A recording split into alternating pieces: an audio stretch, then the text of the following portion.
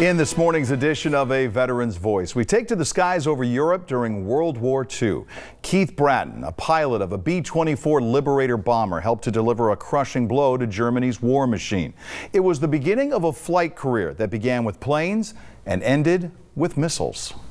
Look at you. Notice how thin I am? You're looking good. Keith Bratton is 98 years old. My first grade picture. Do you remember the teacher's name? Miss Venard. Lovely lady. A lifetime of service and family aided by a sharp memory. This is my crew picture in England while we're flying our bombing missions. Bratton remembers enlisting in the U.S. Army Air Corps on April 12, 1942, and following nearly 18 months of training in 8 different locations, he was ready to fly B-24 Liberator bombers over Europe. So he went to Kansas. They flew up a brand new B-24 bomber from Dallas, Texas. A second lieutenant in the 395th Bomb Group, Bratton landed in Wales and prepared for his first mission in support of D-Day. We lost an engine and was unable to stay in formation, so I had to turn around and come home, back to England. But there were plenty of other opportunities. Bratton flew 31 missions that included a close call with a German fighter. He's looking at me like this, and I'm looking out at him like that, and my gunners were really blasting him. I could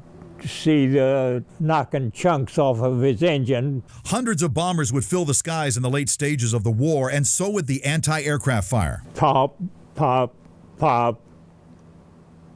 And you had to wait for that fourth one.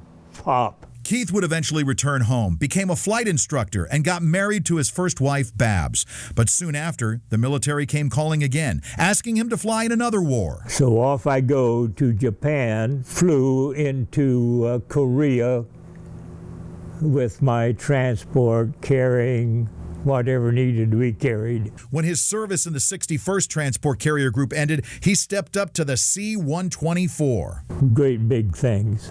Biggest transport we ever had. And I was one of the first pilots to learn to fly them. He was also part of a secret mission constructing the first early warning system between Alaska and Greenland. Every 200 miles we'd have build a radar site. We were concerned about Russia coming over the North Pole. It was all secret at that time. This former Army captain, now a lieutenant colonel in the Air Force, was put in charge of delivering the first ballistic missile nuclear warheads to positions in England. Missiles became the big thing. They sent a bunch of us American guys over there with the nuclear warheads. We were the custody of the nuclear warhead, and the English were the custody of the missiles. The Thor missile, though, was soon replaced by the Titan and Atlas intercontinental missiles, and that launched his career even higher as the ballistic missile staff officer at Vandenberg Air Force Base. He ended 28 years of service in Missouri as the squadron officer for the 1st Strategic Air Division, overseeing the B-58, the first supersonic bomber that never flew a mission. They were never used except to train. The B-52 came along to replaced them. Once he left the military, Keith would lose his first wife to cancer. But shortly after arriving in Bakersfield back in 2003, he ran into his second wife. Boy, I just fell right in love all over again. And it took me a whole year of heavy wooing to before we got married again. Oh, when did you go to Jewel Hawaii? and I over in Hawaii.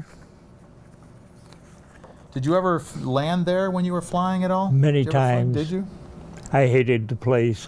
Did you really? More pictures, memories, and a simple mission to keep flying high with his feet firmly on the ground. And we want to hear your veterans' stories. Send us information on someone who served, a picture, some basic information, or does your veteran need a landscaping makeover at their home? Send us your nominations for either to Mike@KERO.com.